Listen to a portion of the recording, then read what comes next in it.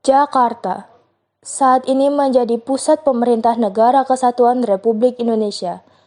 Sebagai pusat pemerintahan, Jakarta masuk ke dalam wilayah administrasi khusus yang bernama Daerah Khusus Ibu Kota. Kota yang juga dikenal sebagai nama Betawi ini merupakan wilayah dengan jumlah penduduk terpadat di Indonesia. Dahulu, Jakarta bernama Sunda Kelapa.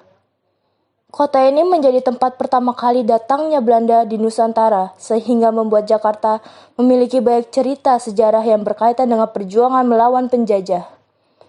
Salah satu cerita yang melegenda dari Jakarta adalah Si Pitung. Si Pitung adalah salah satu pahlawan yang berani melawan penjajahan Belanda. Si Pitung lahir di kampung Rawabelong. Ayahnya Si Pitung bernama Abah Piun dan ibunya bernama Nyak Pinah. Ketika Si Pitung lahir, Jakarta masih bernama Batavia dan sudah ratusan tahun dijajah oleh Belanda. Pitung tumbuh menjadi anak yang setiap hari menyaksikan kekejaman penjajahan Belanda terhadap masyarakat Batavia. Ketika sudah tumbuh remaja, ayahnya berharap Si Pitung menjadi anak yang berbudi baik. Karena itu, ayahnya mengirim Si Pitung untuk belajar di pondok pesantren Haji Naipin di Kemayoran. Selama di pondok pesantren, sehari-hari Si Pitung belajar mengaji. Haji Naipin dengan sabar mengajar Si Pitung mengaji. Si Pitung termasuk anak yang cerdas sehingga cepat menguasai pelajaran yang diberikan oleh Haji Naipin.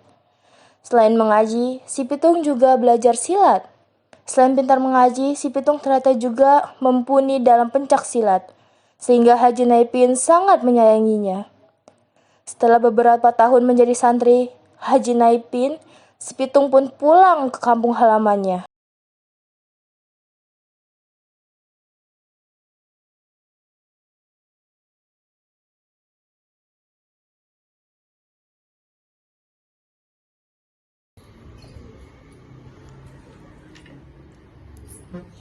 Assalamualaikum. Waalaikumsalam.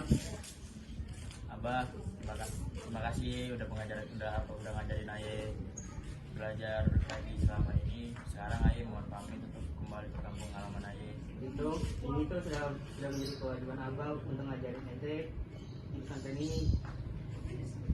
Iya Bang, sekali lagi Aye mohon maaf ya kalau selama di pesantren Aye saya membuat kesalahan. Ya, itu aku maafin kesalahan ente. Sekarang ente tinggal pulang dan amalkan yang telah ajarkan. Iya, maaf ya sekali lagi Abah, maaf ya. Sekarang Aye mohon pamit. Assalamualaikum. Assalamualaikum.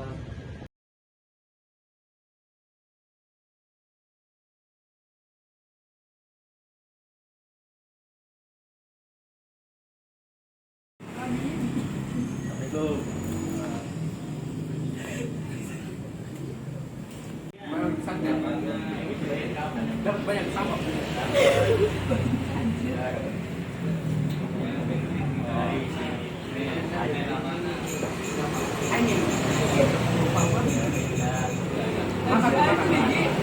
Makan deh.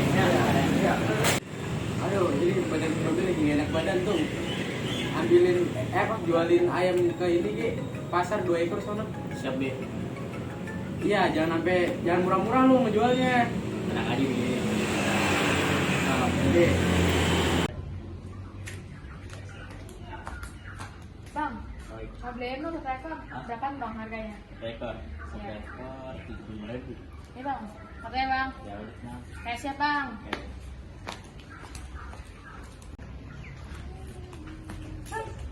Oi. Biasa 3. Oke.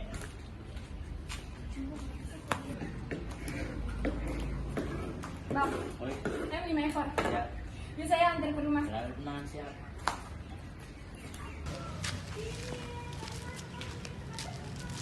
Stop. Takkan emang lu. Namanya Pitung Bang. Mau di mana? Di Rawabelong Bang. Udah sana pergi lu. Assalamualaikum. Waalaikumsalam. Lu tuh. Gimana hasil jualan ayamnya? Bagus kan harganya? Beres Be. Kenapa lu tuh jadi bingung gitu? Masya Allah Be. Kayaknya Aye kecapetan dah Be. Ayo cari percepatan dulu ya Be. Kalian. Kalian yang ngambil duit Aye kan? Bukan kita. Hah? Bukan kita. Jangan pura-pura bego deh. Ah bener bukan kita. Baru bukan sih kan? Tidak macam-macam sama anak Rawabelong.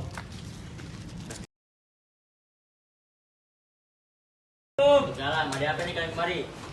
Ini gini bang, kita ini sama bang. Oh, siapa yang namanya lu? Ayo Rait bang.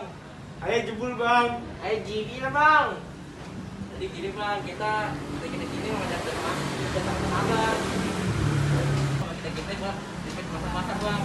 Masya Allah, umur kalian masih muda, baru masih kuat. Masa ya kamu tahu saya kamu jadi dompet. Kita aja hidup lebih miskin bang. Kita hidup gara-gara.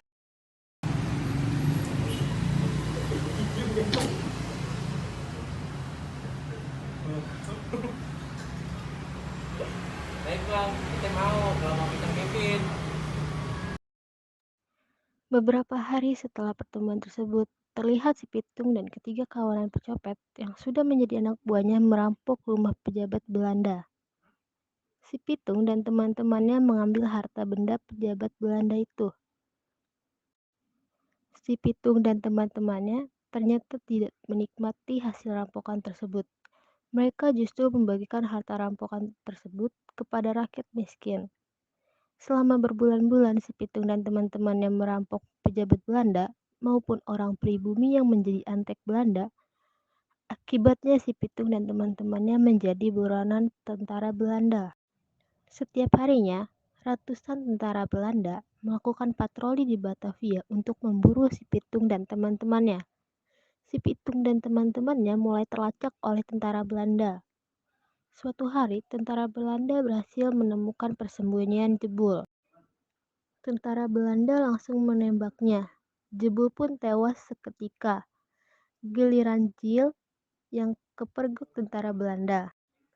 Jil pun tewas oleh tembakan tentara Belanda. Rais akhirnya juga tewas di tangan tentara Belanda. Si Pitung pun akhirnya ditemukan oleh tentara Belanda.